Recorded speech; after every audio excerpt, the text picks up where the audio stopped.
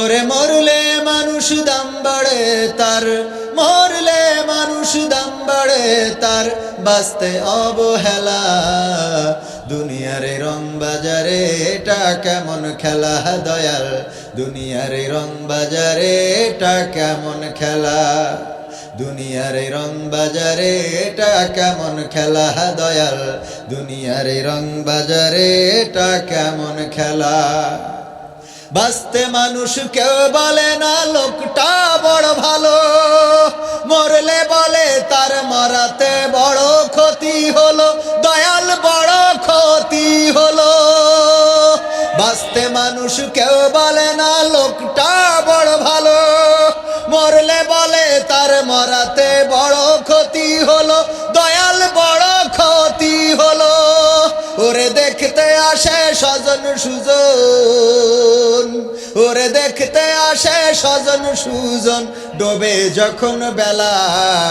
দুনিয়ার এই রং বাজারে এটা কেমন খেলা দয়াল, দুনিয়ার এই রং বাজারে এটা কেমন খেলা, দুনিয়ার এই রং বাজারে এটা কেমন খেলা দয়াল, দুনিয়ার এই রং বাজারে এটা কেমন খেলা। ছেঁড়া কাপড় তাও জোটে না পরি কষ্ট করে, ঈদের নামাজ হয় না পড়া নতুন জামা পরে, দয়াল নতুন জামা পরে। ছেঁড়া কাপড় তাও জোটে না পরি কষ্ট করে, ঈদের নামাজ হয় না পড়া নতুন জামা পরে, দয়াল নতুন জামা পরে। ওরে নতুন কাপড় জুটবে জানি, ওরে নতুন কাপড় জুটবে জানি, ফুরাইলে বেলা। দুনিয়ার রং বাজারে এটা কেমন খেলা দয়াল, দুনিয়ার রং বাজারে এটা কেমন খেলা, দুনিয়ার রং বাজারে এটা কেমন খেলা দয়াল, দুনিয়ার রং বাজারে এটা কেমন খেলা।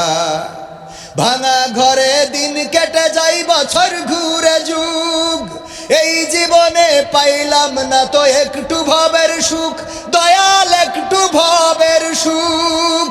ভাঙা ঘরে দিন কেটে যাই বছর ঘুরে যুগ, এই জীবনে পাইলাম না তো একটু ভবের সুখ, দয়াল একটু ভবের সুখ। ওরে মরলে আসে ঘর বানাতে, ওরে মরলে আসে ঘর বানাতে, করে না অবহেলা। দুনিয়ার রং বাজারে এটা কেমন খেলা দয়াল, দুনিয়ার রং বাজারে এটা কেমন খেলা, দুনিয়ার রং বাজারে এটা কেমন খেলা দয়াল, দুনিয়ার রং বাজারে এটা কেমন খেলা, দুনিয়ার রং বাজারে এটা কেমন খেলা দয়াল, দুনিয়ার রং বাজারে এটা কেমন খেলা। তখন দাড়ি ছিল, এখন দাড়ি উঠেছে তো উঠেছে, পেকেও গেছে। এই দুনিয়া আমাদের ছেড়ে চলে যেতে হবে, অন্ধকার কবরে পাড়ি জমাতে হবে, এটাই বাস্তবতা। আমরা মারা যাওয়ার পরে সেই মানুষটার মূল্যায়ন করি, কিন্তু বেঁচে থাকতে মূল্যায়ন করি না। অথচ বেঁচে থাকতে যদি একটু মূল্যায়ন করতাম, হতে পারে ও ওই সময়ই মারা যাবে, অন্তত একটু সুখ নিয়ে মরতে পারতো, ঠিক কিনা? গতকালকে আমার এক ক্লাসমেটের মা মারা গেছে, মোহাম্মদ আলী, বাবার নাম আহম্মদ আলী, মারা গিয়েছে গতকালকে। শখ ছিল, ইচ্ছা ছিল, প্যারালাইজডের রুগী, 2 বছর ধরে অসুস্থ, আমাদের বাজারের সবচেয়ে বড় ব্যবসায়ী, তার স্ত্রী এবং আমাদের মোহাম্মদ তার মা। তো বললো কালীগঞ্জে কোন ডাক্তার আসছে, এই ডাক্তারের কাছে যে চিকিৎসা হইলে মনের বিশ্বাস ভালো হয়ে যাব। সেই ডাক্তারের কাছে নিয়ে গিয়েছে শুক্রবারে, শুক্রবারে সেই ডাক্তারের কাছে নিয়ে গিয়েছে, প্রেসক্রিপশন করে আনছে, কিন্তু ওই ওষুধ আমাদের বাজারে পাচ্ছে না। এই জন্য সকালবেলা গিয়েছে আবার কালীগঞ্জে, মানে কয়েকটা ওষুধ মিলেছে, কয়েকটা মেলে নাই, আনতে। এই ওষুধ আনতে গেছে, আর ওই ডাক্তারের প্রেসক্রিপশন অনুযায়ী আগে একটা গ্যাসের ইনজেকশন দিয়েছে। এই ইনজেকশন দিয়েও সারা, আম্মাজান পৃথিবী থেকে বিদায় নেওয়া সারা, ইন্না লিল্লাহি ওয়া ইন্না ইলাইহি রাজিউন। দেখেন, যেই ডাক্তারের কাছে মনের বিশ্বাস ছিল যে ওই ডাক্তারের কাছে গেলে চিকিৎসা নিয়ে ভালো হয়ে যাবে, 2 বছর প্যারালাইজডের রুগী পড়ে আছে, ওই ডাক্তারের কাছ থেকে ওষুধ এনে সেই ডাক্তারের ওষুধের শেষ। ভালো হয়েছে, কিন্তু জনমের মতো ভালো হয়ে গেছে, পৃথিবী ছেড়ে চলে যাওয়া লেগেছে। সান্ত্বনা দিতে যেয়ে বললাম, দেখো মায়ের অতৃপ্তি নাই, মা তো চলে গেল, মার অন্তত অতৃপ্তি রাখো নাই। ইচ্ছা ছিল যে কালীগঞ্জে ঢাকা থেকে এক ডাক্তার আসে, সেই ডাক্তারের প্রেসক্রিপশন করলে ভালো হয়ে যাব, সেটাও তোমরা দেখাইছো। অন্তত মনের মধ্যে তো শান্তি আছে যে যেই ডাক্তারটা দেখতে বা দেখাতে চেয়েছিল যে ডাক্তারের, সেটাও দেখাই দিয়েছি, ঠিক কিনা? তো আপনারা আমরা যদি গরিবের, অসহায়ের, মেহনতি জনতার, দুঃখীদের পাশে একটু দাঁড়াই, যেই বাড়িতে মাসের পর মাস গোশত কিনে খেতে পারে না, ইলিশ মাছ চোখে দেখে না, ওরকম একটা বাড়িতে যাদের সচ্ছলতা আছে, ওই ইলিশ মাছের বাচ্চা, ছোট একটা বাচ্চা কিনেও যদি দেন, এটা নিয়ে যাও বাড়িতে তরকারিতে দিয়ে রান্না করো, ওরা ওই তরকারিতে যে গন্ধটা পাবে, অন্তত মনের মধ্যে শান্তি পাবে না? পাবে না? এইগুলো করার দরকার আছে না নাই? মারা যাওয়ার পরে বলে আহারে লোকটা ভালো ছিল কিন্তু অভাবে ছিল, দেখার কেউ ছিল না, দেখার কেউ ছিল না, আহা করি তো লাভ নাই, আপনার তো দায়িত্ব ছিল, ঠিক না ঠিক? এই কাজগুলো আমরা করি না, এই সমাজের এই কাজগুলো আমাদের করা হয় না। এতদিন নূরকে এতদিন বলেছে, ভিপি নূরকে, যে বিকাশ আছে যতক্ষণ, নূর আছে ততক্ষণ, এরকম কথা বলতো না? কাল দেখলাম সবাই পজিটিভ, যখন মেরেছে রক্ত দেখেছে, এরপরে আইসিইউতে আছে, সুস্থ হয়ে বের হবে না, আবার সেখান থেকে লাশ বের হবে, আল্লাহ সেই ভালো জানেন। এখন অনেকেই তার পক্ষে, যারা বিপক্ষে ছিল তারাও তার পক্ষে কথা বলছে। তবে এখানে বাংলাদেশে ওই উত্তর গগনে কালো মেঘের ঘন ঘটা দেখা যাচ্ছে, ঠিক না বেঠে?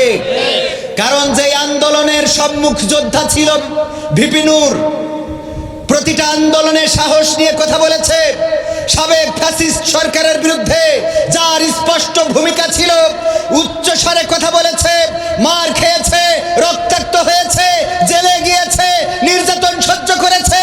জুলাই আন্দোলনের পরে আজকে তার রক্ত ঝরাপ এটা বলে দেয় বাংলাদেশ এখনো নিরাপদ হয় নাই, বাংলাদেশে এখনো নিরাপত্তা আসে নাই। যারা বলে বাংলাদেশ দ্বিতীয় স্বাধীনতা অর্জন করেছে, আমি 1 বছর আগে বলেছিলাম দ্বিতীয় স্বাধীনতা আসে নাই, বরং স্বাধীনতা কেমন করে আনতে হবে সেই রাস্তাটা একটু ক্লিয়ার হয়েছে। আন্দোলন যদি থেমে যায়, তাহলে যিনি বলেছিলেন চট করে ঢুকে পড়ব, উনি চট করে ফট করে ঢুকবেন। মানেন আর না মানেন, কারণ দাদাদের ষড়যন্ত্র থেমে নাই, দাদাদের ষড়যন্ত্র থেমে নাই। আলেম ওলামা ঐক্যবদ্ধ হতে হবে। জঙ্গলে যদি বাঘ থাকে, বাঘের ভয়ে অন্যান্য প্রাণী, হরিণ, খরগোশ, কচ্ছপ, অন্যান্য প্রাণীগুলো এরা সব এক থাকে যে বাঘের বিরুদ্ধে লড়াই করতে হবে। যখন যদি বাঘ নেই, এবার হরিণরা বলতেছে আমি হব রাজা, শিয়াল কয় না আমি হব রাজা, এ কয় না আমি হব রাজা, এদের মধ্যে গোলমাল করি, জঙ্গলে পশু শেষ। বলেন ঠিক না বেটে? আমাদের দেশে এরকম একটা অবস্থা হচ্ছে না? হচ্ছে না? ফ্যাসিস্ট পালানোর পরে ভাইয়ে ভাইয়ে গলা ধরে আন্দোলন করলাম, এখন আর একসাথে চাও খায় না। চা খাইতে বসলি কয় না তোমার সাথে খাওয়া যাবে না, তুমি তো এইসব এর ভোট করতে, ঠিক না বে ঠিক? এই ভ্রাতৃত্ব যদি নষ্ট হয়, তাহলে বাংলাদেশ আবার সেই জায়গায় ফিরে যাবে। আল্লামা সাঈদী যেটা বলেছিলেন যে আমি বাংলাদেশের ভাগ্য আকাশে উত্তর গগনে কালো মেঘ দেখতে পাচ্ছি, যদি সফলভাবে আমি ঝড়ের পূর্বাভাস লক্ষ্য করছি, যদি সফলভাবে মোকাবেলা করতে না পারেন, তাহলে এমন গাঢ় কালো অমাবস্যার অন্ধকার রাত আসবে যার সুবহে সাদিক হওয়া সম্ভব। এবং সেটা বাস্তবে পরিণত হয়েছিল। দীর্ঘ 16টি বছর পার হয়ে গেছে এই জগদ্দল পাথর সরাতে গিয়ে। প্রায় 2000 ভাইয়েরা, ছাত্র জনতা, নিষ্পাপ শিশুরা, তরুণ বৃদ্ধ বনিতা শহীদ হয়েছে। আমার নারীরা রক্ত দিয়েছে, ছাত্র ছাত্রীরা রক্ত দিয়েছে, তারপরে পাথরটা সরানো গিয়েছে। যদি এবার আপনারা এই ঐক্যটা বিনষ্ট করেন, আর এবার যদি কোনো কায়দায় ফ্যাসিস্ট ঢুকতে পারে, তাহলে 16 বছর নয় 32 বছরে বাংলাদেশে সকাল আসবে না, আসবে না, আসবে না। বলেন ঠিক কিনা?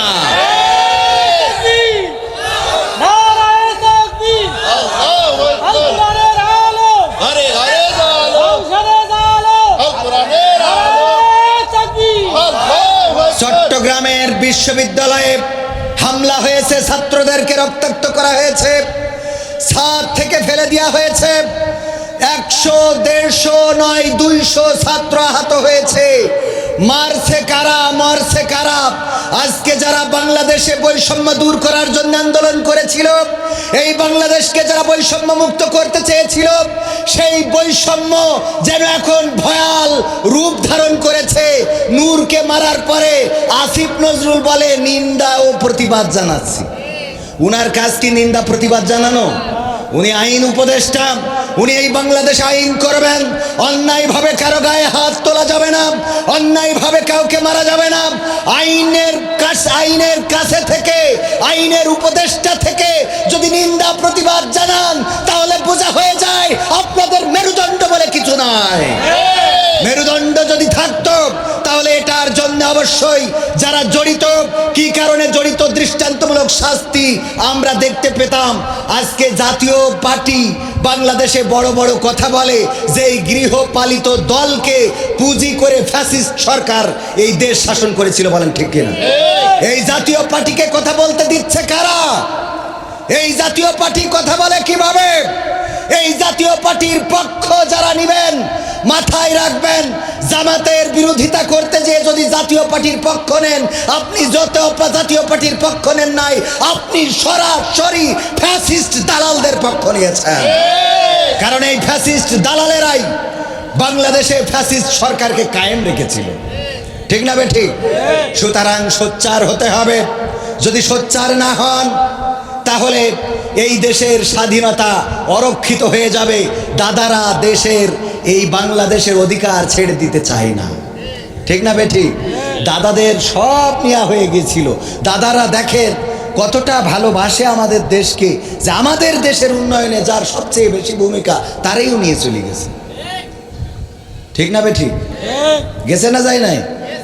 এমপিরা সব কোথায় গেল? মন্ত্রীরা সব কোথায় গেল? কোথায় কাদের কাকা? তাদের ছাড়া দেশটা এখন লাগে ফাঁকা ফাঁকা। ঠিক না বেঠিক? পালাবে না, পালাবে না, যাই না তবু দেখা। পালাবে না, পালাবে না, যাই না তবু দেখা। তাদের ছাড়া দেশটা এখন লাগে ফাঁকা ফাঁকা। ওদের ছাড়া দেশটা এখন লাগে ফাঁকা। আইন মন্ত্রী আটকে গেল আইনেরই ফাঁকে, দাড়ি ছাড়া দরবেশের ভণ্ড ভণ্ড লাগে। আইন মন্ত্রী আটকে গেল আইনেরই ফাঁকে, দাড়ি ছাড়া দরবেশের ভণ্ড ভণ্ড লাগে। শুনছি কত নেতা নেত্রী খাইতেছে ভাই ডান্ডা, বিচারপতি কালামানিকের ফাটিয়েছিল আন্ডা। পলকের ঝলক গেল, পলকের ঝলক গেল থামিয়ে নেটের চাকা। তাদের ছাড়া দেশটা এখন লাগে ফাঁকা ফাঁকা। ওদের ছাড়া দেশটা এখন লাগে ফাঁকা। কই গেল সেই সংসদেতে মমতাজের গান? কোথায় গেল হজরত বলা স্বামী মুসলমান? ঠিক না বেঠিক? কই গেল সেই সংসদেতে মমতাজের গান? কোথায় গেল হজরত বলা স্বামী মুসলমান? ইনু মেনন দীপু মনি আছে কারাগারে, বাপ করিলেও পাপ কখনো ছাড়ে কি আর তারে। কোথায় গেল স্পিকারের, কোথায় গেল স্পিকারের দৃষ্টি আঁকা বাঁকা? তাদের ছাড়া দেশটা এখন লাগে ফাঁকা ফাঁকা। ওদের ছাড়া দেশটা এখন লাগে ফাঁকা। লাগে না? লাগে না? ওগো আমার ভাইরা, তাদের ছাড়া দেশটা ফাঁকা ফাঁকা লাগে। কারণ তারা এই দেশ চালাতো, যা কিছু হতো মিডিয়ায় এসে এক এক সময় এক এক বাণী প্রসব করত, আর সেই বাণীগুলো আমাদের শুনতে হতো। ক্ষমতার কত অধ্যত্ত ছিল, তারা বলতো পালাবো না। আমার সাবেক প্রধানমন্ত্রী শেখ হাসিনা বলেছিল হাসিনা পালায় না, কিন্তু এক এক করে যারা বাঘা বাঘা নেতা সব পালিয়েছে না পালায় নাই? পালিয়ে গেল। আজকে যারা তাদের পথ ধরে ফ্যাসিস্ট হতে চান, মাথায় রাখবেন 16 বছর ক্ষমতার চেয়ারে থেকে যদি বাংলাদেশে জায়গা না হয়, তাইলে এই দেশে যদি ফ্যাসিস্ট হতে চান, বাংলাদেশের মানুষ আপনাদের, ওরা তো পার্শ্ববর্তী দেশ ভারতে গিয়েছে, আপনাদের পাকিস্তানেও জায়গা হবে। কথা কয় না? ওর পরের ডায়ও হবে না। ফ্যাসিস্ট হতে চাইবেন না, বরং ভ্রাতৃত্বকে কায়েম রাখেন। আল্লাহর নবী সাল্লাল্লাহু আলাইহি সাল্লাম ভ্রাতৃত্বের গুরুত্ব এমন দিয়েছেন।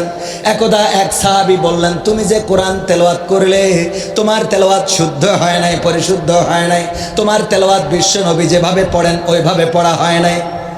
তিনি বললেন, আমি পড়েছি, শুদ্ধ হয়েছে, আমার কনফিডেন্স আছে, আত্মবিশ্বাস আছে, আমি পড়েছি, পরিশুদ্ধ হয়েছে। অপর সাহাবী বললেন, বিশ্ব নবীকে আমি এমন করে পড়তে শুনি নাই। বলল, তাইলে চলো নবী সাল্লাল্লাহু আলাইহি সাল্লামের কাছে যাই, যে সেখানে আমরা বিচার দাখিল করব, আমরা সেখানে যে আমাদের বিচারটা দেব, আল্লাহর নবী আমাদের যে রায়টা দিবেন সেটা আমরা মেনে নেব। আল্লাহর নবীর কাছে গেল, যাওয়ার পরে সাহাবী বললেন, ওগো বিশ্ব নবী, উনি কোরআনের যেই অংশটুকু তেলাওয়াত করেছে, ওই অংশটুকু আমি তেলাওয়াত শুনে আমার মনে হয়েছে আপনার মতো তেলাওয়াত হয় নাই, আমি মনে করেছি উনার তেলাওয়াতটা ভুল হয়েছে। আল্লাহর নবী বললেন, ঠিক আছে পড়ো, তুমি আগে শুনে নি। উনি পড়লেন। আল্লাহর নবী বললেন, যিনি সহি দাবি করেছো তোমারটাও তুমি পড়ো। তিনিও পড়লেন।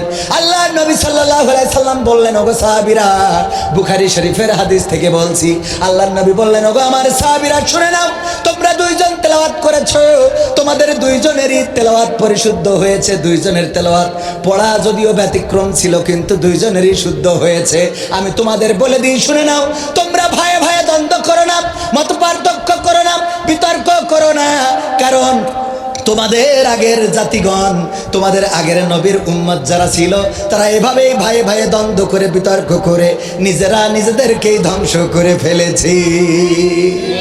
ওগো আমার ভাইয়েরা, যারা একসাথে রাজপথে থাকলাম, আন্দোলনে থাকলাম, লড়াই করলাম, সংগ্রাম করলাম, আজকে নির্বাচনের প্রয়োজনে যদি হয়, কারোর মার্কা হবে আনারস, কারোর মার্কা পেপো মার্কা, কারোর মার্কা লাউ, কারোর মার্কা কদু, যাই হোক না কেন, মার্কা হবে, মিছিল হবে, আন্দোলন হবে, রাজপথে স্লোগান হবে, কিন্তু এই দেশে কোনো দ্বন্দ্ব মারামারি হতে দেওয়া হবে? তাইলে তো বৈষম্য দূর হলো না। জামাত ইসলাম যদি বলে ধানের শীষ যারা করো তারা ভোটের মাঠে আসতে পারবা না, আর ধানের শীষ যারা করে তারা যদি বলে দাড়িপাল্লা মার্কা নিয়ে ভোটের মাঠে আসা যাবে না, তাইলে কি বৈষম্য দূর হইল নাকি? কথা কয় না, দূর হইল? বৈষম্য থেকে গেল না? সুতরাং ধানের শীষের প্রতীক যিনি নেবেন, তার সাথে দাড়িপাল্লার প্রতীকের মুলাকাত হবে। হাত পাখা যিনি নেবেন, তার সাথে অন্য প্রতীকের মুলাকাত হবে। একই সাথে একই লড়াইয়ে একই রাজপথে থাকার দরকার আছে না নাই?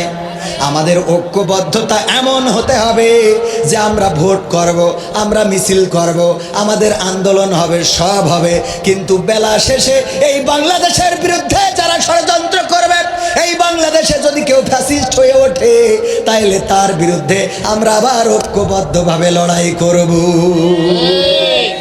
রাজি আছেন? রাজি আছেন?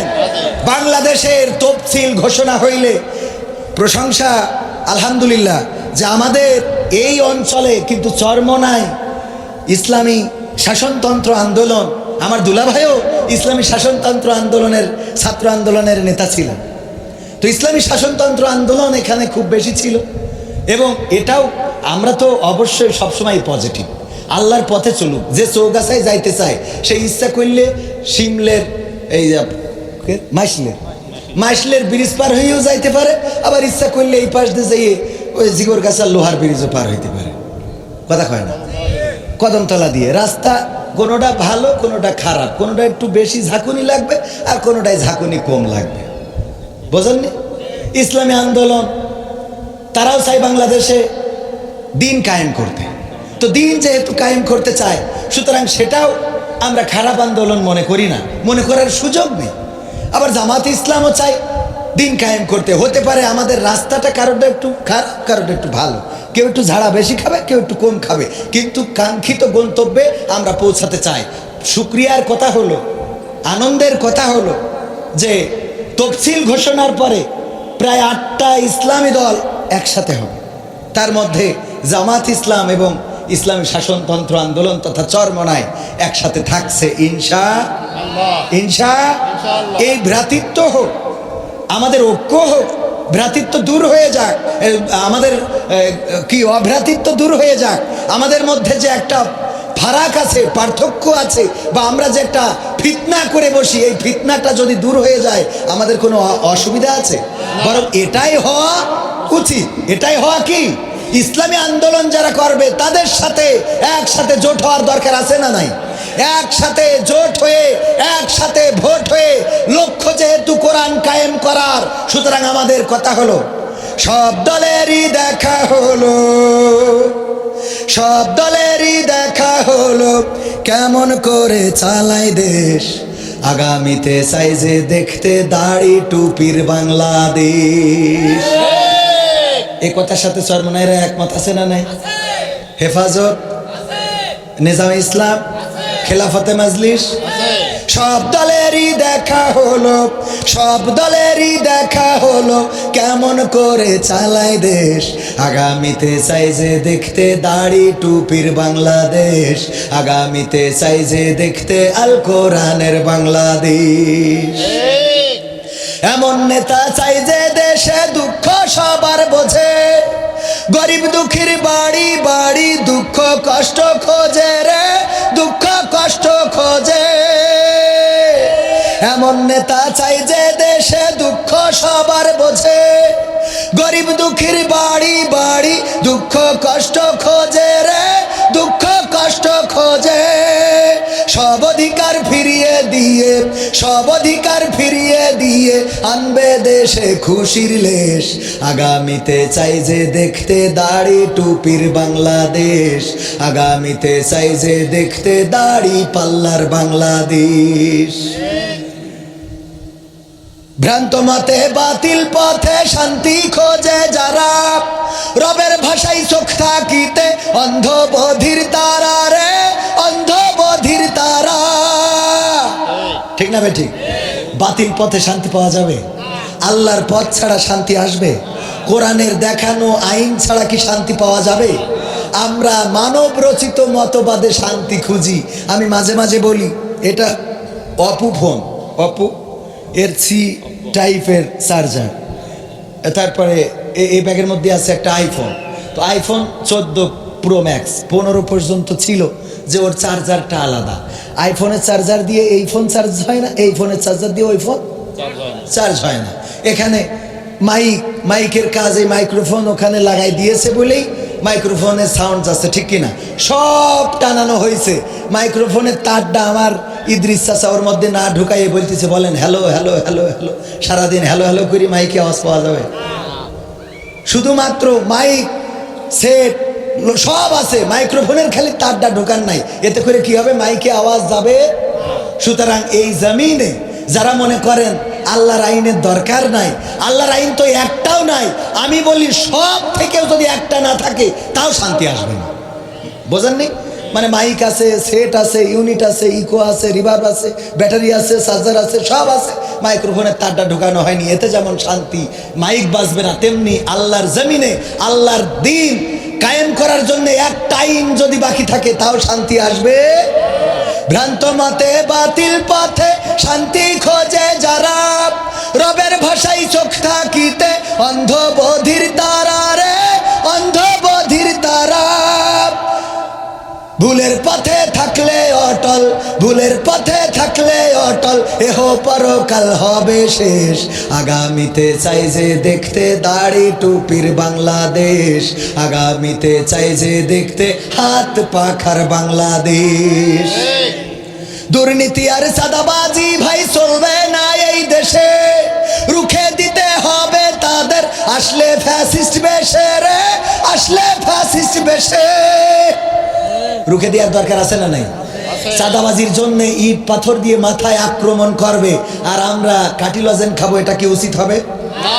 আজকেও সারসায় আমাদের মনিরামপুরে চাঁদাবাজি করাকে কেন্দ্র করে চাঁদা দেয় নাই, সেই কারণে একটি পরিবারের পরে হামলা করে 5 জনকে হাসপাতালে পাঠিয়েছে। তার মধ্যে একজন ইতিমধ্যে ইন্তেকাল করেছে, নিহত হয়েছে, ঢাকায় পাঠানো হয়েছিল। এই লোকটা ভ্যান চালক। কোথাকার ঘটনা? মনিরামপুরের। বেশি দূরে যাওয়ার দরকার নেই, ও ঢাকায় পাথর মারিলে অত দূর যাওয়ার দরকার নেই, কোনপুরে বাড়ির কাছে হত্যা করা হয়েছে। দল থেকে যারা এতে দায়ী তাদেরকে বহিষ্কার করা হয়েছে। এই বহিষ্কারই শুধু সমাধান নয়, এই বহিষ্কারই শুধু সমাধান নয়, বরং দল থেকে উদ্যোগ নিতে হবে।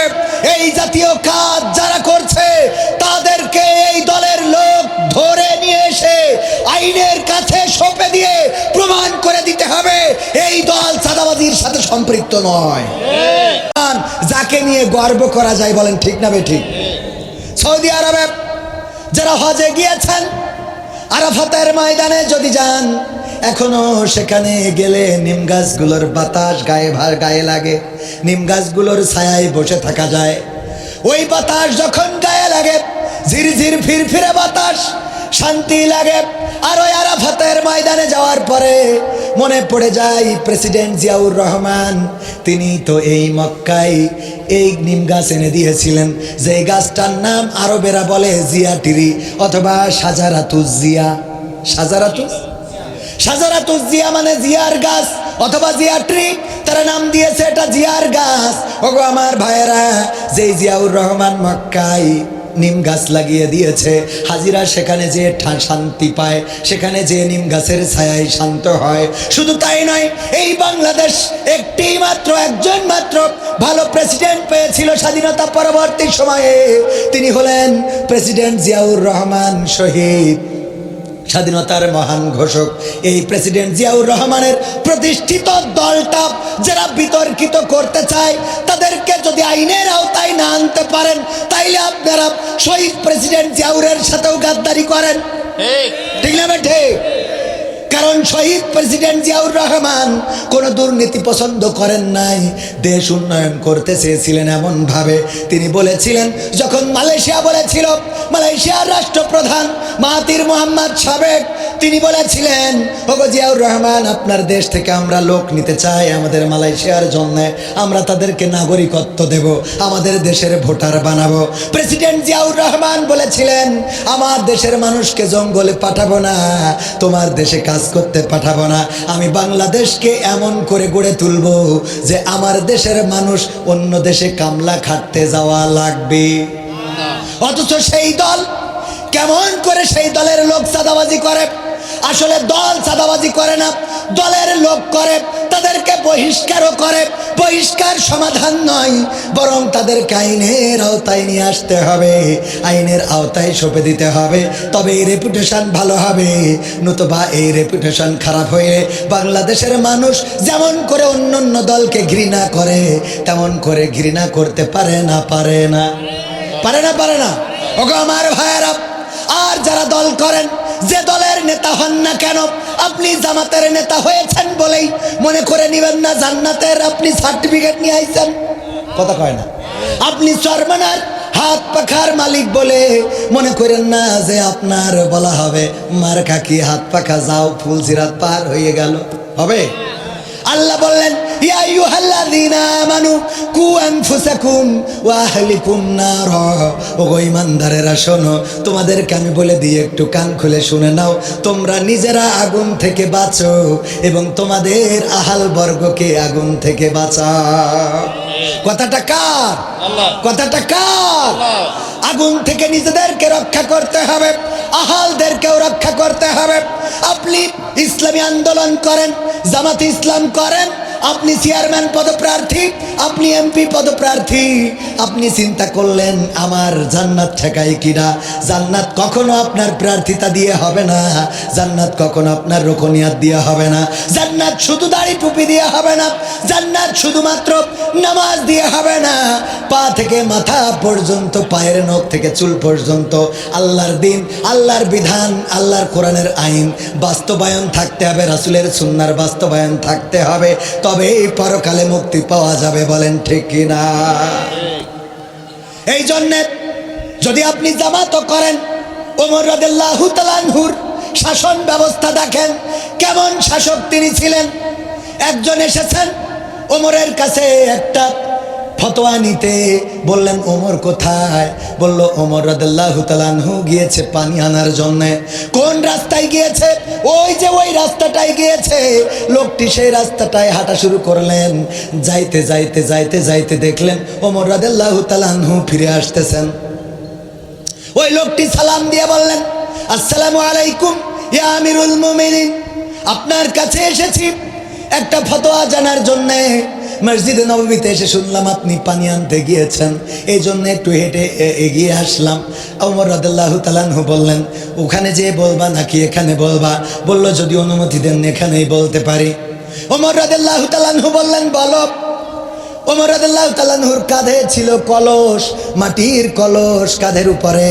ওই লোকটি বললেন, ওগো ওমর, কাঁধের উপরে কলস রয়েছে, এত বড় বোঝা আপনার কাঁধে, সেই বোঝাটা নিয়ে আমার সাথে দাঁড়িয়ে দাঁড়িয়ে কথা বলবেন, আর আমিও বসে আপনার সাথে কথাটা বলতাম। ওমর রাদিয়াল্লাহু তাআলা আনহু বললেন, ঠিক আছে, ঠিক আছে, তাহলে বসে পড়ি। ওখানে বসলেন, পানির কলসটা মাটিতে রাখলেন না রাখলেন পায়ের 2 হাঁটুর উপরে। 2 কোথায় রাখলেন? হাঁটুর উপরে। লোকটি বলতেছে, আগেই তো ভালো ছিল, কাদের পরে ছিল, তাও তো একটা জুতি ছিল। জুতি তো আমাদের আঞ্চলিক ভাষায় কি, তাও একটা জুতির মধ্যে ছিল। এখন যেটা করলেন এটা তো কষ্ট আরো বেড়ে গেল, এটা কষ্ট আরো বৃদ্ধি পেয়ে গেল, কারণ 2 হাঁটুর উপরে রেখেছেন। যদি পানির কলসটা একটু নামায় নিচে রাখতেন, যদি নিচে রেখে দিতেন, তাইলে কষ্টটা কমে যেত। ওমর রাদিয়াল্লাহু তাআলা আনহু বললেন, ওগো আল্লাহর বান্দা, তুমি কি জানো না, তুমি কি বোঝো না, এই যে কলসটা দেখতেছো, আমি কেবল পানি ভরে নিয়ে আসলাম কূপ থেকে, কলসের নিচে এখনো ভিজা রয়েছে। যেই জায়গায় দাঁড়িয়ে কথা বলছি, এই জমিনটা আমার না, এই জায়গার মালিক আমি না, এই জায়গার মালিককে, এই জায়গার মালিক অন্য কোনো ব্যক্তি। আমি যদি আমার এই ভিজা কলসটা এই জায়গায় মাটিতে রাখি, এই কলসের নিচেই মাটি লেগে যাবে। ওই মাটিটা নিয়ে যখন আমার বাড়ি, আমার স্ত্রীর কাছে কলসটা দেবো, রান্না ঘরে এই মাটিটা চলে যাবে। এই মাটির হিসাব আল্লাহ রাব্বুল আলামিন পরকালের ময়দানে বিচারের কাঠগড়ায় দাঁড়িয়ে আল্লাহ বলবেন, ওগো ওমর, তুমি একজনের জমিনের মাটি তোমার কলসের তলায় করে বাড়িতে রান্না ঘরে নিয়ে এসেছিলে, সেটার হিসাব দাও। বলো আল্লাহর বান্দা, আমি কেমন করে আল্লাহর দরবারে বিচারের কাঠগড়ায় হাসরের ময়দানে আমি এই মাটির কৈফিয়ত দেব? আল্লাহু আকবার বলবেন। আমি এই মাটির কৈফিয়ত কেমন করে দেব? এই কথা বলার পরে লোকটা চলে যাচ্ছে। ওমর রাদিয়াল্লাহু তাআলা আনহু ডাক দিয়ে বললেন, ওগো আল্লাহর বান্দা, তুমি যে ফতোয়া নিতে এসেছিলে, কই ফতোয়ার কথা তো বললে না, কেন চলে যাও? এখনো তো শোনাই হলো না।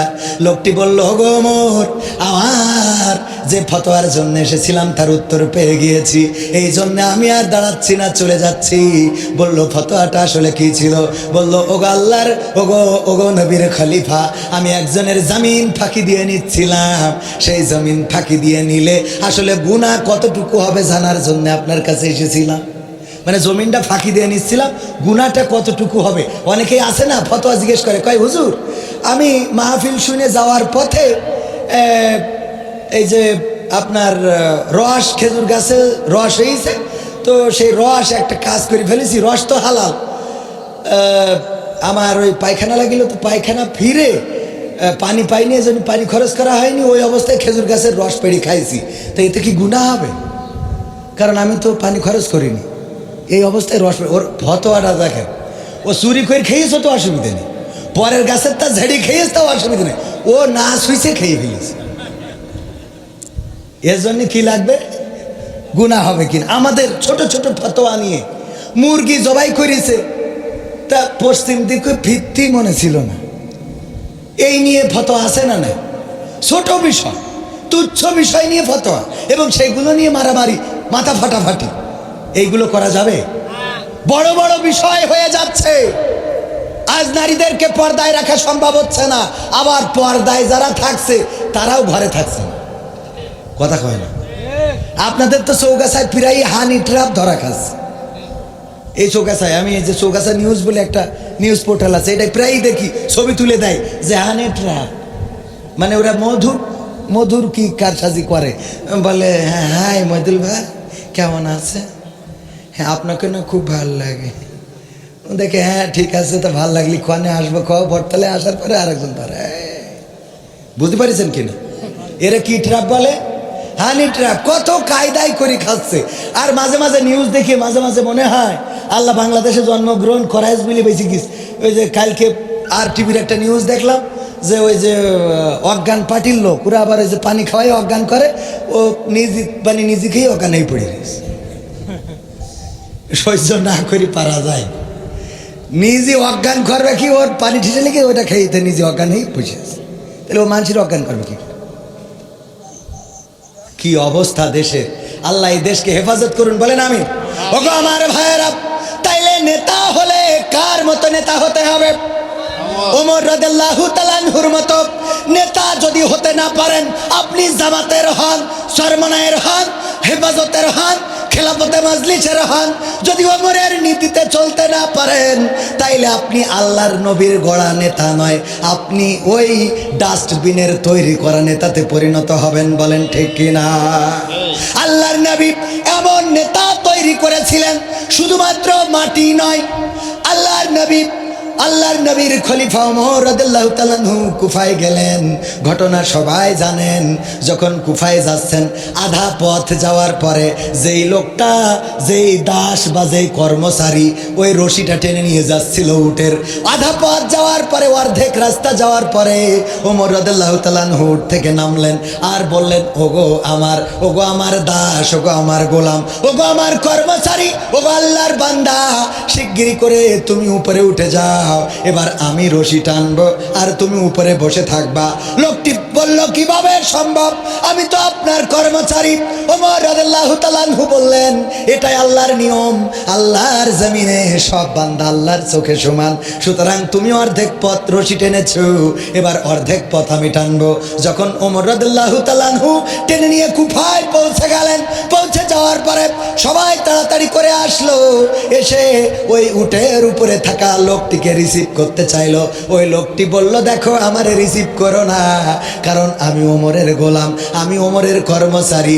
যেই লোকটা রশি টানছে ওই লোকটাই হলো তোমাদের আকাঙ্ক্ষিত নেতা, তোমাদের প্রধান বক্তা ওমর রাদিয়াল্লাহু তাআলা আনহু। আল্লাহু আকবার বলবেন না? কেমন নেতা? কুফাবাসী বুঝে ফেলল যে কেমন নেতা না হলে নিজে তার কাজের লোককে, তার কর্মচারীকে উটের পিঠে চড়িয়ে রশি ধরে টেনে নিয়ে এসেছে। ওগো আমার ভাইয়েরা, এমন নেতা হওয়ার যদি সিদ্ধান্ত নিতে পারেন, তাইলে যারা মনে করেন আমরা দাড়িপাল্লার পক্ষের লোক, আমরা হাত পাখার পক্ষের লোক, যারা মনে করেন তাদেরকে বলতে চায় দাড়িপাল্লা হাত পাখা অন্য কোনো মার্কা নয়, কোরআনের মার্কা যারাই নিবে, আল্লাহর নবীর পথের পথিক যারাই হবে, আমরা তাদের সাথে আসি না নাই? কথা কয় না, আসি না নাই? কোরআনের পথের পথিক যারা হবে। এজন্য আমার এক ভাই একটা গান লিখেছে, আমি সেটা শোনাবো একটু। আর 20 মিনিট কষ্ট হবে, আর 20 মিনিট, এর মধ্যে মোনাজাত সহ আমরা শেষ করবো ইনশাআল্লাহ। আমার একজন ভাই লিখেছে, হ্যাঁ আর মাত্র 20 মিনিট ইনশাআল্লাহ।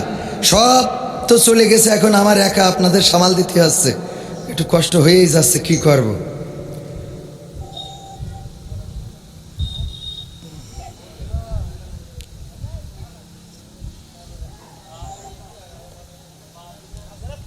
হ্যাঁ, নাঙ্গল নৌকা সব দেখা শেষ, নাঙ্গল নৌকা সব দেখা শেষ, দেখা হয়েছে ধানের শীষ, এবার না হয় ভালোবাসা দাড়ি পাল্লায় ভোটটা দিস। ঠিক না বে ঠিক? নাঙ্গল নৌকা সব দেখা শেষ, নাঙ্গল নৌকা সব দেখা শেষ, দেখা হয়েছে ধানের শীষ, দেখা হয়েছে ধানের শীষ, এবার না হয় ভালোবাসা দাড়ি পাল্লায় ভোটটা দিস, এবার না হয় ভালোবাসা দাড়ি পাল্লায় ভোটটা দিস। স্বাধীনতার অর্ধশতক পার হয়েছে আজ, হয়নি স্বাধীন দেশের মানুষ, হয়নি কাজের কাজ। ঠিক না বে ঠিক? স্বাধীনতার অর্ধশতক পার হয়েছে আজ, হয়নি স্বাধীন দেশের মানুষ, হয়নি কাজের কাজ। নেতার কথায় যাস না গুইলা, নেতার কথায় যাস না গুইলা, নীতি দেখা পক্ষ নিস, এবার না হয় ভালোবাসা দাড়ি পাল্লায় ভোটটা দিস, এবার না হয় ভালোবাসা দাড়ি পাল্লায় ভোটটা দিস। নাঙ্গল নৌকা সব দেখা শেষ, নাঙ্গল নৌকা সব দেখা শেষ, দেখা হয়েছে ধানের শীষ, দেখা হয়েছে ধানের শীষ, এবার না হয় ভালোবাসা দাড়ি পাল্লায় ভোটটা দিস, এবার না হয় ভালোবাসা দাড়ি পাল্লায় ভোটটা দিস। ভোটের নামে যাদের দিছিরা সিংহাসন তুইলা, সেই বাজাইছে সেতানার ঢোল, মোদের গেছে ভুইলা। ঠিক না বে ঠিক? কিছু হইলেই বলে 71-এর রাজাকার, ঠিক না বেঠিক? স্বাধীনতা বিরোধী ছিল, কিছু হইলেই এখনো সেই পুরাতন ক্যাসেট বাজানোর লোক আছে না নাই? আছে না নাই? ভোটের নামে যাদের দিছি রাজ সিংহাসন তুইলাম, সেই বাজাইছে চেতনার ঢোল মোদের গেছে ভুইলাম। ভোটের নামে যাদের দিছি রাজ সিংহাসন তুইলাম, সেই বাজাইছে চেতনার ঢোল মোদের গেছে ভুইলা। আমরাও এবার ভুলবো তাদের, আমরাও এবার ভুলবো তাদের বিশ্বাসে যে ঢালছে বিষ। এবার না হয় ভালোবাসা দাড়ি পাল্লায় ভোটটা দিস, এবার না হয় ভালোবাসা দাড়ি পাল্লায় ভোটটা দিস। নাঙ্গল নৌকা সব দেখা শেষ, নাঙ্গল নৌকা সব দেখা শেষ, দেখা হইছে ধানের শীষ, দেখা হইছে ধানের শীষ। এবার না হয় ভালোবাসা দাড়ি পাল্লায় ভোটটা দিস, এবার না হয় ভালোবাসা হাত পাখায় ভোটটা দিস, এবার না হয় ভালোবাসা ইসলামী দলের ভোটটা দিস। রাজি আছেন? রাজি কারা কারা একটু হাত দেখতে চায়? লিল্লাহি তাকবীর, নারায়ে তাকবীর। আল কোরআনের আলোক, আল হাদিসের আলোক, আমার নেতা তোমার নেতা, আমার নেতা তোমার নেতা, নারায়ে তাকবীর। আমার ভাইরা যারা মনে করেন ইসলাম যদি কায়েম হয়ে যায় তাইলে এই দেশে বেড়ানো যাবে না, ঘোরা যাবে না, চুরি করা যাবে না, ডাকাতি করা যাবে না। অনেকেই আছে বিড়ি খায়, ওরাও বলে যে হুজুর ভোটটা যে দেব, আপনারা গেলি তো বিড়ির তেষ্টা মারবে। আছে না নাই? বিড়ি খররাও ভোট দিতে যেয়ে চিন্তা করে যে কোনোভাবে যদি আমরা জামাতকে বা ইসলামী দলকে ক্ষমতায় এনে দিই তাইলে তারা বিড়ি খাইতে দেবে না। আবার দুই একজন জিজ্ঞেস করে হুজুর ইসলামী বিড়ি বইলে কি কিছু চালু হবে না? ইসলামী বিড়ি বইলে কিছু চালু হবে কি? সহ্য না করে পারবেন কি করে? মানে এ দেশের মানুষ, কালকেও দেখলাম ক্রীড়া বক্তৃতা দেশে দাড়িওয়ালা যে ইসলামী ব্যাংক, ইসলামী ভাই তো ইসলামী ব্যাংকে চাকরি করে জানেন আমার বিয়ায়, ইসলামী ব্যাংক যেভাবে বাংলাদেশে সুদকে সরিয়া দিয়ে জায়েজ করেছে, জামাত যদি ক্ষমতায় যায় ওরা পতিতালয় ওইভাবে সরিয়া দিয়ে চালু করবে। দেখেছেন না নিউজ? বলেন নাউজুবিল্লাহ। কত বড় জাহেল! না হইলে ইসলামী ব্যাংক নাকি সরিয়া দিয়ে, ইসলামী ব্যাংকে সুদ জায়েজ করা হয়েছে সরিয়া দিয়ে। আচ্ছা সরিয়া দিয়ে কি সুদ খাওয়া জায়েজ করা যাবে? মানুষ এটাই বোঝে না যে সুদ কি আর শরিয়া ভিত্তিক অর্থ ব্যবস্থা কি, বিয়ে কি আর জেনা কি, এটা এখনো বুঝতে পারল।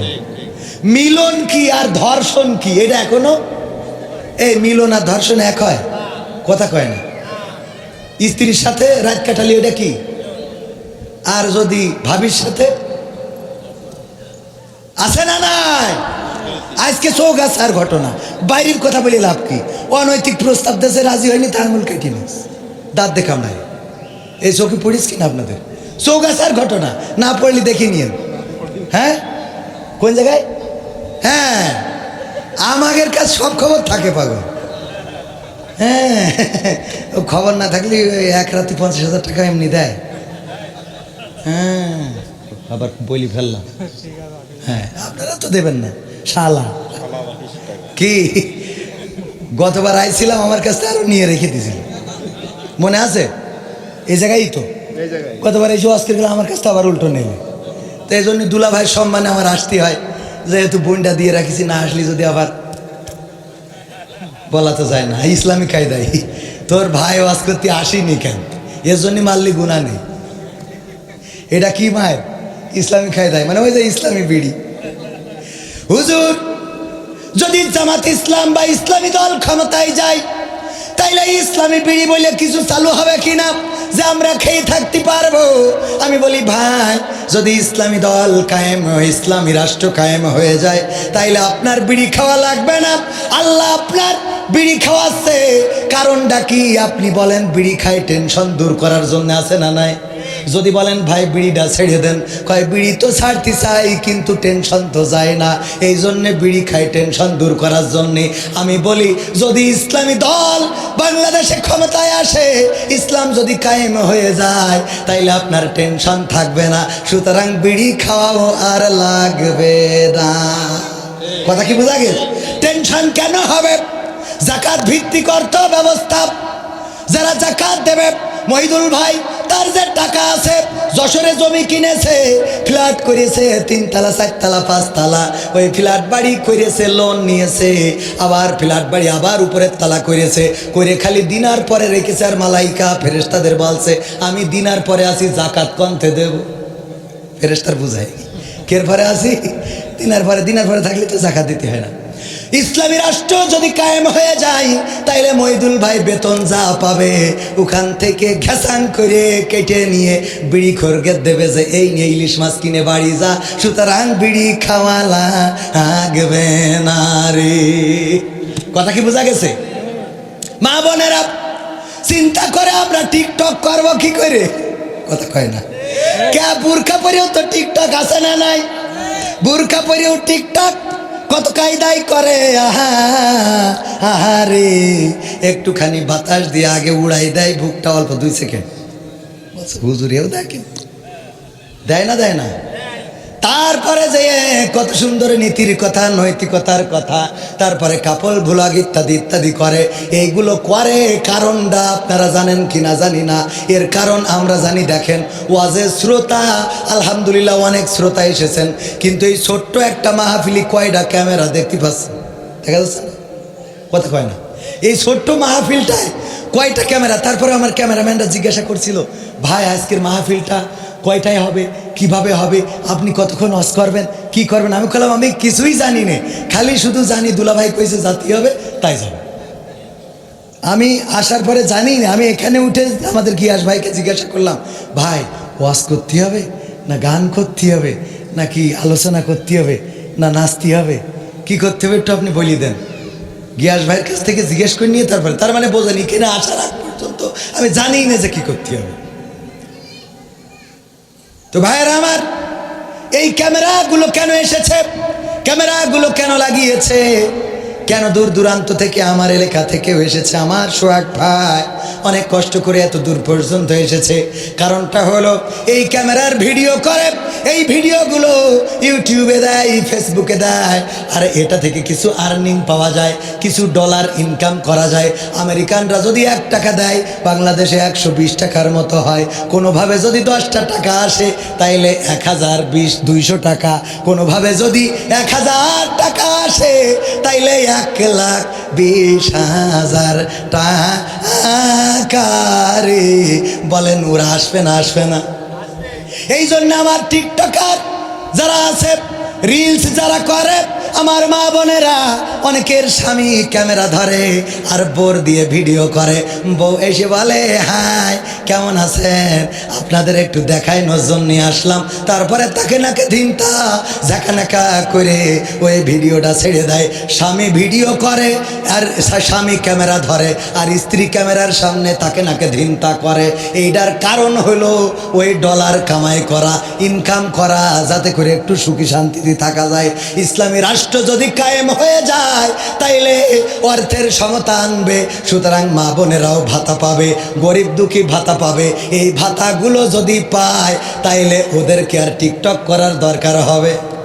অনেকেই মনে করে টিকটক করে কে জন্য, আসলে তো করে স্বামী দেখে যে কাজ না করিয়ে। আমার ভাই সকালবেলা ঘুমিতে উঠি চোখ ডলতি ডলতি ইসলামী ব্যাংকে যেতে হয়, আর সূর্য ডুবে যায়, দেখা হয় না, ঠিক কিনা? তারপরে বেরোতে হয়। কোনোভাবে যদি ব্যানিন নিয়ে ওরা একটা ভিডিও ছেড়িয়ে মাসে মাসে, তো ব্যান তো আরো 2টো নিয়ে আসবে। কথা কয় এই জায়গায় যে সমস্যা, মায়ের খেয়ে যাচ্ছে।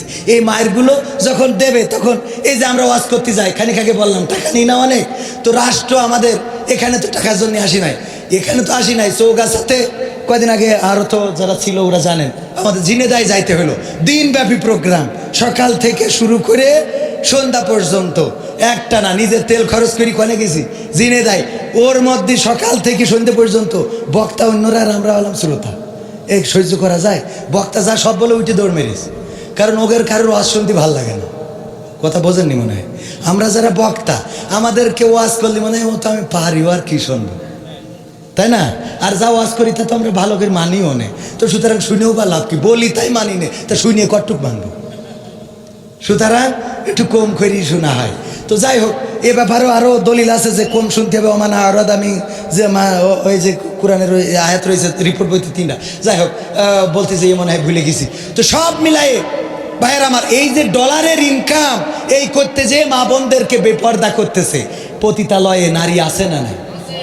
এই পতিতালয়ে নারীরা থাকবে না, কারণ এই জাতীয় নারীদের অবহেলা থাকবে না। ইসলামী রাষ্ট্র কায়েম হইলে নারীদেরকে গুইনে, আমার মনে হয় এই ওয়াজ করলি মা বোনেরা ভোট না দিতে পারে, তাও করে দিয়ে যায়। এমন হইতে পারে যে পুরুষের সংখ্যা যদি বাংলাদেশে সত্যি মানে বেশি কম হয়, আর নারীর সংখ্যা যদি বেশি হয়, তাহলে ভাগ বাটোয়া করিয়ে 2-1 স্বামীর অন্তত 2-3টে করে বিয়ের ব্যবস্থা করা। মা বোনেরা কেমন তালি দাড়ি পাল্লাইব, ঠিক না? ঠিক।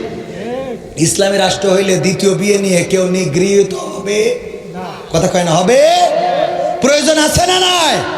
সমাজে অন্যায় বাড়ছে, অনৈতিকতা বাড়ছে, বিধবা নারী অল্প বয়সে স্বামী হারিয়েছে, সমাজ বিবাহ মেনে নেয় না।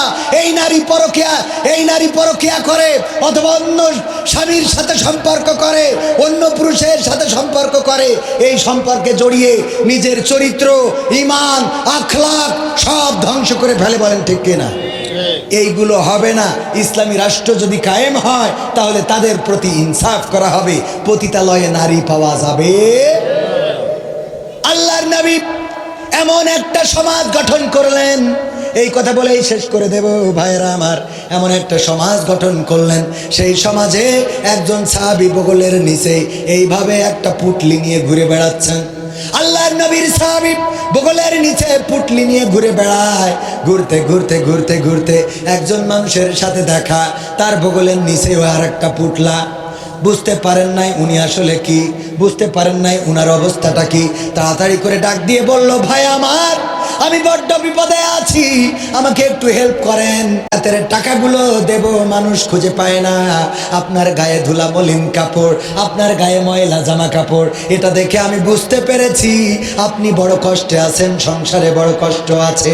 সুতরাং আমার এই জাকাতের অর্থগুলো নিয়ে আমাকে একটু মুক্ত করে দেন, আমি জাকাত দেওয়ার মতো মানুষ খুঁজে পাচ্ছি না। ওই লোকটি নিজের বগল থেকে পুটলা বের করে কয়, তোর থেকে বড় রোগের রুগী তো আমি, তোর হতে কয় টাকা? কয় 20 টাকা। কয় আমার এতে তো 40 টাকা। বোঝেননি? ওগো আল্লাহর নবীর সাহাবী, আপনার পুটলাই যা আছে আমার পুটলাই তার থেকে বেশি আছে, আমিও খুঁজে পাই না। এমন মানুষ, এমন সমাজ, এমন রাষ্ট্র আল্লাহর নবী গঠন করেছিলেন। চাষ করছেন আল্লাহর নবীরা, যুগে যুগে এসে এমন সমাজ গঠন করেছেন। জমি কিনেছেন মহিদুল বিয়ার কাছ থেকে, জমি কিনেছেন ভাইজানের নাম কি? ইমদাদুল ভাই জমি কিনেছেন আমার মহিদুল বিয়ার কাছ থেকে। চাষ করতেছে, চাষ করতে যেয়ে ওই জমির মধ্যে পেয়েছে একটা সোনার হাড়া, পেয়েছে এক টুপলা বা কোনোভাবে গচ্ছিত স্বর্ণ মুদ্রা। এইগুলো পাওয়ার পরে তাড়াতাড়ি করে নাঙল, জোয়াল, গরু সব ফেলে রেখে দৌড়তেছে মহিদুল বিয়ার কাছে। এসে বলছে, নাও তোমার মাটির মধ্যে টাকা তুলতে মনে ছিল না। বুঝতে পারিস কি? এই যে তোমার স্বর্ণ মুদ্রা, নাঙল ষষ্ঠী যে ফালে বেঁধেছে, নাও। আমার মহিদুল ভাই বলতেছে, আমি এই জমিতে স্বর্ণ মুদ্রা রাখি নাই, আমার না এটা, আমি এটা নেব না। পরকালের ময়দানে আল্লাহ বিচারের কাঠগড়ায় দাঁড় করাবে, আমার হিসাব দিতে হবে। সুতরাং এইটা আমি নেব না, নেব না, নেব না। উনি বলতেছে আমি নেব না, ইনি বলতেছে আমি যখন জমিন কিনেছি তখন শুধু জমিনের মাটি কিনেছি, ওই মাটির মধ্যে এমন গচ্ছিত সোনা অথবা এই মুদ্রাগুলো তো আমি কিনি নাই, সুতরাং এইটা আমিও নেব না। এখন কি করা যায়? চলো হাকিমের কাছে যায়। হাকিমের দরবারে চলে গেল, যাওয়ার পরে বলল, উনার কাছ থেকে জমিন কিনেছি, সেই জমিনে চাষ করতে যেয়ে এই অর্থগুলো পেয়েছি, মুদ্রাগুলো পেয়েছি। আমি তো এই মুদ্রার মালিক নই, জমিন আমি কিনেছি, কিন্তু মুদ্রাগুলো তো আমি কিনি নাই। যখন তাকে বলা হলো তোমার বক্তব্য কি, সে বলল জমিন যখন বিক্রি করে দিয়েছি, ওর মধ্যে সোনা থাক আর হীরা থাক, সব ওই লোকের কাছে বেচে দিয়েছি। সুতরাং ওই স্বর্ণ মুদ্রা আমিও নেয়া, আমি নিয়ে পরকালের ময়দানে আমি আল্লাহর বিচারের কাঠগড়ায় দাঁড়াতে রাজি নই। আল্লাহু আকবার বলবেন না? আল্লাহু আকবার। হাকিম রায় দিলেন, ওগো আল্লাহর বান্দারা, তোমাদের আল্লাহর ভয় দেখে আবেগ আপ্লুত হয়ে পড়লাম। এখন তোমাদের বলি শোনো, তোমার কি কোনো মেয়ে আছে অথবা ছেলে কি আছে? তোমার কি কোনো মেয়ে বা ছেলে কি আছে? হ্যাঁ, আমাদের মেয়ে বা ছেলে আছে। বলল যদি তাই থেকে থাকে, তোমার ছেলের সাথে তোমার মেয়ের বিয়ে দাও আর তাদের সংসারে এই মুদ্রাগুলো দান করে দাও। আল্লাহু আকবার। কত সুন্দর বিচার! ইসলামে সব বিচার আছে না নাই? ইসলামে সব বিচার আছে। অনেকেই বলে কোরআন আর রাজনীতি আলাদা। কোরআন ধর্মীয় গ্রন্থ, শুধু ধর্মীয় গ্রন্থ না, কোরআন সব বিচার, সব আইনের, সব সমস্যার সমাধান দিতে পারে না? পারে না? সব সমস্যার সমাধান। শুধুমাত্র চোর যদি চুরি করে শাস্তি কি? এই একটা আইন যদি কায়েম হয়ে যেত, আমি চুরি করেছি, আমার হাতের কবজি থাকতো না, এসে যদি ওয়াজ করতাম, ওগো আমার ভাইয়েরা, আমি আপনার গ্রামের শালা, বলতেন এই পরিচয় দিস না, শালা চোর। ঠিক না বেঠিক? হাতের কবজি যেহেতু নাই, সুতরাং চোর ছিলাম, প্রমাণ হয়ে গেছে। তোমার কথা শুনবো না, শুনবো না। আমাদের গিয়াসউদ্দিন ভাই চেয়ারম্যান পদপ্রার্থী, যদি অতীতে কোনো চোরের রেকর্ড থাকতো, চুরি করার, কলার খান্দি চুরি করেছে, কচু চুরি করেছে, কিংবা ত্রাণের মাল মেরে খেয়েছে, হাতের কবজি কাটা থাকতো, এসে যদি বলতো জনগণ আমার, আপনারা বলতেন আমরা তোমার না। এই জন্য আল্লাহর আইন যদি একটা কায়েম হয়ে যায়, তাইলে জনগণের সম্পদের সুষম বন্টন হবে। আজও দেখলাম গরিবের মাল নেতার গুদাম ঘরে, পেপারের নিউজ, পত্রিকার খবর আছে না নাই? এইগুলো আল্লাহ হেফাজত করবেন যদি সমাজে ইসলামী রাষ্ট্র কায়েম হয়। সুতরাং সেই ইসলামী রাষ্ট্র কায়েম করার জন্যে আমরা ঐক্যবদ্ধ থাকার দরকার আছে না নাই? আছে। সমাধান হলো, যারা অন্যান্য দলের আছেন তাদেরকে বলতে চায়, এটা যেহেতু স্পেশালি জামাতের প্রোগ্রাম, সুতরাং স্পেশালি জামাতের পক্ষে বলা উচিত, কিন্তু শুধু জামাতের পক্ষে বললে হক আদায় হবে না। সব দলের বলতে চায়, ওমরের মতো নেতা যদি হওয়ার মানসিকতা অর্জন করেন, যদি ওমর বিন আব্দুল আজিজের মতো নেতা হওয়ার মানসিকতা অর্জন করেন, যদি আল্লাহর রাসূলের দেখানো পথে চলার মানসিকতা অর্জন করেন, যদি আল্লাহর জমিনে আল্লাহর দ্বীন কায়েম করার মানসিকতা নিয়ে আসতে পারেন এবং সেই অনুযায়ী যদি ভূমিকা রাখতে পারেন, মার্কা যাই হোক, আমাদের ভোট তাদের হোক। কথা কয় না? মার্কা যাই হোক, আমি তাদের লোক। কথা কি বোঝা গেছে? অনেকেই বলে আমরা নৌকার লোক, আমরা ধানের শীষের লোক, আমরা দাড়ি পাল্লার লোক। আমি ওটা বলতে চাই না। আমি বলতে চাই, এই বাংলার জমিনে যারা কোরআন কায়েম করতে চাইবে, এই বাংলার জমিনে যারা আল্লাহ রাসূলের আনিত বিধান কায়েম করে দিতে চাইবে, এই বাংলার জমিনে যারা দিন প্রতিষ্ঠিত করতে চাইবে, তারা যে যাই হোক, আমি তাদের লোক। ঠিক না বেঠিক? সুতরাং আমরা আপনাদের কারো শত্রু নই, আমরা সবাই একে অপরের বন্ধু হয়ে কাজ করতে চাই। আপনার হিজলি বাজারে মুদিখানার দোকান অনেক আছে না নাই? গরুর গোশত একটা বাজারে 5 জন 7 জন বিক্রি করে না করে না? একজন গরু কুপায় বিক্রি করে, তার গোশ তাড়াতাড়ি বিক্রি হয়ে যাচ্ছে বলে ওই কষাই নিয়ে যেতে উনি আর একজনের ঘাড়ে ধরেছে কখনো? সুতরাং এই জায়গায় যে কয়টা দল আছে ফ্যাসিস্ট ছাড়া এই বাংলাদেশে, তারা তাদের প্রোডাক্টকে সামনে নিয়ে আসেন যে আমরা এটা করতে চাই। প্রোডাক্ট ভালো হয়ে তাড়াতাড়ি বেঁচে কিনে আপনারা চেয়ারে বসে থাকবেন। প্রোডাক্ট যদি খারাপ হয়, তাহলে বাংলাদেশের মানুষ খাবে না। ঠিক না বেঠিক? বাংলাদেশের মানুষ সেগুলো বয়কট করবে। সুতরাং আসেন সবাই মিলে আমাদের প্রোডাক্টটাকে ভালো করি। আল্লাহ কবুল করুন, বলেন আমিন। এখনো গজল গাতে হবে? কি গজল বলেন? আপনারা বলেন। হ্যাঁ আমি একটা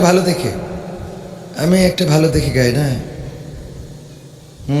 এটা গিয়ে শেষ করে দিই। মা বোনেরা এসেছে, মা বোনদের জন্য নসিহা হলো, পর্দার মধ্যে থাকবেন, স্বামীর কথা শুনবেন। আগের মতো যে মিছিল করেন না যে স্বামীর কথা শুনবো না, বৃষ্টি বাদল মানবো না, বর্ষা। হ্যাঁ এই একটা গান আজকে আমি একটু কারেকশন করেছি, এটা গাওয়া উচিত। তোমাকে জাগতে হবে, গাবো, কারণ এই সমাজে এখনো সমস্যা দূর হয় না, ঠিক না বে ঠিক? কিন্তু আমার চাচা মাইক আমার গলা তেস মেরিতেস। নসিব ভালো যে এখন মাহফিলের সময় না, তা না হলে কালকে জন্মায় যেত। তোমাকে জাগতে হবে, তোমাকে থাকতে হবে, এ সমাজ ভাঙতে হবে, নতুন সমাজ আনতে হবে। তোমাকে জাগতে হবে। কত দুঃখী রাত্রি কাটায় অনাহারে পথের পরে, এখনো আসেনি সুখ বাংলার প্রতি ঘরে ঘরে। কত দুঃখী রাত্রি কাটায় অনাহারে পথের পরে, এখনো আসেনি সুখ বাংলার প্রতি ঘরে ঘরে। নীরবে নিভৃতে আজ কাঁদছে কত মানবতা, নীরবে নিভৃতে আজ কাঁদছে কত মানবতা। মেনে নেওয়া যায় না আজি তোমার এত নীরবতা। তোমাকে জাগতে হবে, তোমাকে থাকতে হবে, এ সমাজ ভাঙতে হবে, নতুন সমাজ আনতে হবে। কত বন্ধুর সীতা হয় লাঞ্ছিতা হয় পথে ঘাটে, নিরাপদে যাই না চলা পথে কিবা বাজার হাটে, ঠিক না বেঠিক? কত বন্ধুর সীতা হয় লাঞ্ছিতা হয় পথে ঘাটে, নিরাপদে যাই না চলা পথে কিবা বাজার হাটে। রক্ষ কাজী ভক্ষক হয়ে চলছে কত সাধু বেশে, রক্ষ কাজী ভক্ষক হয়ে চলছে কত সাধু বেশে। তাই তো আসে না সুখ আমার সোনার বাংলাদেশে। তোমাকে জাগতে হবে, তোমাকে থাকতে হবে, এ সমাজ ভাঙতে হবে, নতুন সমাজ আনতে হবে। হলুদ মিডিয়ার প্রকোপে কত মানুষ মরছে ঢুকে, সত্য নিউজগুলো টাকার তলে চাপা থাকে, ঠিক না বেঠে? হলুদ মিডিয়ার প্রকোপে কত মানুষ মরছে ঢুকে, সত্য নিউজগুলো হ্যালো কলে চাপা থাকে। ক্যামেরার ভিতর দিয়ে সোজা জিনিস উল্টো দেখে, কলমের ভিতর দিয়ে সোজা কথা উল্টে লেখে। আপামর জনসাধারণ খাই যে ধোকা বাঁকে বাঁকে। তোমাকে জাগতে হবে, তোমাকে থাকতে হবে, এ সমাজ ভাঙতে হবে, নতুন সমাজ আনতে হবে। কত আলেম আজকে দেখি যাই কে না যাই টাকা দিয়ে, কেউ বা ব্যবসা করে আল্লাহ তাআলার কালাম নিয়ে, আছে না নাই? কত আলেম আজকে দেখি যাই কে না যাই টাকা দিয়ে, কেউ বা ব্যবসা করে আল্লাহ তাআলার কালাম নিয়ে। তাই তো হকের কথা যায় না শোনা ওদের মুখে, তাই তো হকের কথা যায় না শোনা তাদের মুখে। উপরে কোরআন প্রেমী, বিরোধিতা পিছন দিকে, আছে না নাই? শেখ হাসিনা চলে গেল, অন্যান্য মন্ত্রীরাও চলে গেল, বায়তুল মুকাররমের ইমামও পালাইল। কথা কয় না? তুই মসজিদের ইমাম, তুই পালাবি কেন? কথা কয় না? তাহলে এই জাতীয় আলেম, টাকাখোর, টাকায় বিক্রি হওয়া আলেম আছে না নাই? তোমাকে জাগতে হবে, তোমাকে থাকতে হবে, এ সমাজ ভাঙতে হবে, নতুন সমাজ আনতে হবে। যত সব চাঁদাবাজে চাঁদাবাজি করছে দেখো, এসব দেখে তুমি কেমন করে নীরব থাকো। যত সব চাঁদাবাজে চাঁদাবাজি করছে দেখো, এসব দেখেও তুমি কেমন করে নীরব থাকো। সমাজে চললে এসব প্রতিহত করতে হবে, সমাজে চললে এসব প্রতিহত করতে হবে, তবেই দেশের মানুষ সোনার দেশে স্বাধীন রবে। তোমাকে জাগতে হবে, তোমাকে থাকতে হবে, এ সমাজ ভাঙতে হবে, নতুন সমাজ আনতে হবে। ইন্ডিয়ান চ্যানেলের জ্বালাই অশান্তি আজ ঘরে ঘরে, ইসলামী চ্যানেলগুলো বাছাই করে বন্ধ করে। দাদারা সব নিয়ে গেছে, বর্ডার বন্ধ করে দিয়েছে, আলু পেঁয়াজ দিতে চায় না, ঠিক না বেঠি? আলু পেঁয়াজও দিতে চায় না, ভিসাও বন্ধ করে দিয়েছে। কিন্তু দাদার দেশের চ্যানেলগুলো আছে না নাই? সব বন্ধ হয়, কিন্তু সিরিয়াল বন্ধ হয় না, কারণ জানে এইগুলো দেখাইলেই তো আমাদের মা বোনীদের মোটামুটি নেটওয়ার্কের বাইরে নিতে পারবে, ঠিক না বে ঠিক? আর মা বোনীরাও এখন আপডেট, ইসলামী টিকটকার। কি টিকটকার? বোরখা পরে পায়ে আবার ওই যে চাকার জুতো। আরে বাবা, হ্যাঁ, সাথে একখান গান লাগাই দেয়, ইসলামী গান। আমার মদিনা যাইতে মনে চাই রে, আমার মদিনা যাইতে মনে চায়। ইসলামী টিকটকার। কি টিকটকার? ও কত নসিহা এসে, এ নারীরা তোমাদের ভালো থাকতে হলে এই উপদেশগুলো মেনে চলো। তোর এত উপদেশ দিতে কইছে কিটা? আমরা দাওয়াত পাই না, তুই এসে ওখানে অস করতিস। হ্যাঁ, এইগুলো করা যাবে? যত সব ভণ্ড পীরে ইন্ডিয়ান চ্যানেলের জ্বালাই অশান্তি আজ ঘরে ঘরে। ইসলামী চ্যানেলগুলো বাছাই করে বন্ধ করে। সিরিয়াল দেখে দেখে হচ্ছে কত বিপথগামী, সিরিয়াল দেখে দেখে হচ্ছে কত বিপথগামী। পরকীয়া প্রেমের টানে কত নারী ছাড়ছে স্বামী। এই জায়গায় তো নাই। তোমাকে জাগতে হবে, তোমাকে থাকতে হবে, এ সমাজ ভাঙতে হবে, নতুন সমাজ আনতে হবে। যত সব ভণ্ড পীরে দিচ্ছে ধোকা অবিরত, আল্লাহ রাসূল ভুলে তাদের কাছে হচ্ছে নত। যত সব ভণ্ড পীরে দিচ্ছে ধোকা অবিরত, আল্লাহ রাসূল ভুলে তাদের কাছে হচ্ছে নত। কেউ বা মাজার খুলে শামিয়ানা তুলে ব্যবসা করে, কেউ বা মাজার খুলে শামিয়ানা তুলে ব্যবসা করে। গরিব দুঃখী পায় না খাবার, টাকার বস্তা বাবার ঘরে। বাবার ঘরে আছে না নাই? এমন বাবার দরবারে যাওয়ার লোক এই অঞ্চলে নাই।